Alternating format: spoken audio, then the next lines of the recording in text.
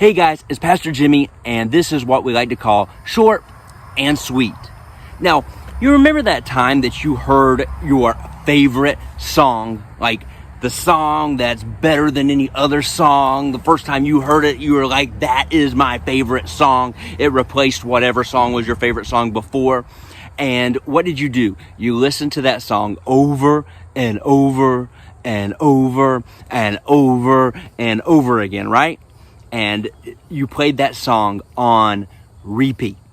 Well, in reading the Bible and reading the Word of God and reading the life of Jesus here on this earth, where God put on skin and bones and walked this earth as a human being, I see this story that is being repeated over and over and over again, this theme. And I like to call it Jesus on repeat.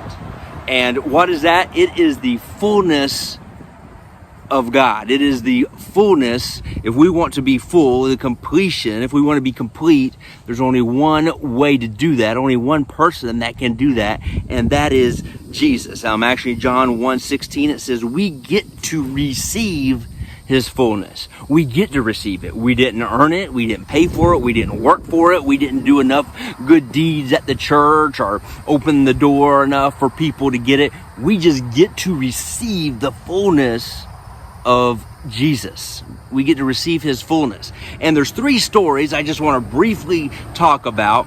And this is what I spoke about this past Sunday. And if you want to listen to the whole thing, it was something like 41 minutes. And if you have that time, you can go to our YouTube channel. You can go to our Facebook page. You can watch it. But if you say, hey, I don't have that kind of time, Jimmy, well, that's why we make short and sweet, and I'm just going to briefly tell you about it. All three of these stories are found in the book of John, and they're pretty close to each other. The first one is found in John chapter 2. It's the first miracle ever recorded by Jesus. He turns water into wine. You remember that? He's hanging out at this wedding. They run out of wine. His mom's like, hey, can you help them out? He's like, it's not my job to do that. But then his mom just said, hey, guys, listen to him. So it's Jesus' mama, so he has to do it, right? I mean, we're going to do what our mama wants us to do. We're going to do it for our mama. So Jesus, then he goes and he tells them to take these water pots. Now, these water pots are not for drinking. I just want you to know that. These water pots most likely are for the hand washing ritual that they did. And so Jesus says, take these water pots. Now, there's 6 of them. There's 6 water pots. Now, I don't know if you know this thing called numerology, this biblical numerology, where these numbers, they represent something. And the number 6, it represents mankind. It represents the mistakes, really, of mankind, what we're lacking. So he takes these 6 water pots. I don't know if you're picking up what I'm putting down, but these 6 water pots, that's you and me, okay? That is us as human beings. We are not complete. He takes these 6 water pots, he puts them up, he tells them to fill them up. Now, Jesus, we're the 6 water pots. Jesus walks in as what? Number 7. He's the 7th source. 7 in numerology, it represents, well, the completeness of God, the fullness of God, the perfection of God. Jesus is our 7th source. Jesus tells them to take these 6 water pots, fill them up to the brim. They fill them up to the brim. Why? Why do they fill them up to the brim? Because that's what Jesus does. He don't just fill us up. He fills us all the way up to the brim. He says to fill them up. And then when they go to serve it, he tells them to dip the ladle into it, and they go to serve the water, and then the water turns to wine. Right there, guys, that is the story of salvation. Jesus, our 7th source, goes and he takes what is empty, he fills us up, and he turns. Now, wine represents life in the Bible. That's what it was. The life had ran out of the wedding if they did not have the wine. We have run out of life if we do not have Jesus. He takes these water pots, fills them up, turns the water into wine, puts life into them. That right there is the gospel, God. That is the story of salvation. And you're like, okay, cool. This is a really short and sweet. Not yet, guys, okay? Hang on with me. I got 2 more stories. I'm going to do them really quick, though. The second story we find is this famous story of the Samaritan woman. She goes to the well. Jesus is there hanging out. Jesus Jesus asks her for water, and she's like, why are you asking me for water? You don't even have anything for the water. And he goes, well, actually, if you knew who I was, you would ask me for water, because I have living water. She's like, why don't you give me some of this living water that you're talking about? He said, no, why don't you go get your husband, come back, and I'll give you this living water. She's like, well, I don't have a husband. He said, yeah, you're right, you don't have a husband.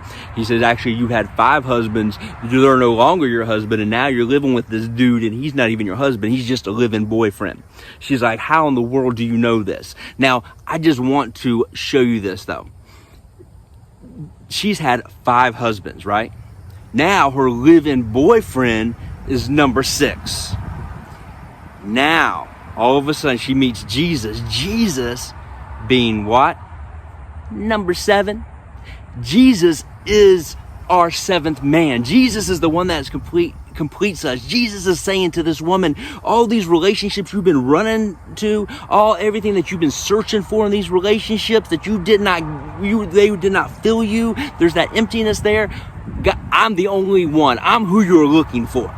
I'm number 7, and I'm the only one that can complete you, can fill you. That's the same thing with Jesus. Jesus is our 7th source, and Jesus is our 7th man. 3rd story, all right? There's this guy, he works for the government. His boy is sick, his son is sick. He finds Jesus. He goes on this 17-mile trip to find Jesus. He goes to Jesus, he goes, you got to come back with me. My boy is sick. I need you to heal him. Jesus is like, oh, don't even worry about it. You just go on back. Go on back home. You don't need me to go with you. He's already healed. The man says, okay, that was easy enough. He starts walking back home. On his way, he's met by his workers, and his workers run up and say, man, you won't believe this. Your son is better. He's been healed. He's recovering. And the guy, he gets all excited, but then he stops and he pauses and he goes, what time did he start feeling better?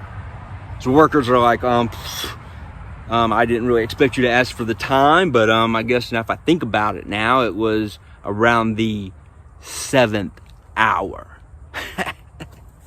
Jesus is not only our perfect source, he's not only our perfect relationship, but he is our perfect hour. Jesus is. He's our perfect hour. He's not bound by our time. We rush around and do all these things trying to get everything done. We can just rest in Jesus. He is our perfect hour.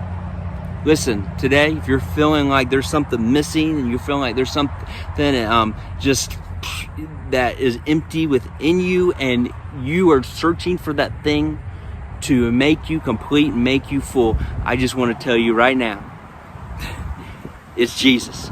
He's the only one that can complete you and me. It's Jesus.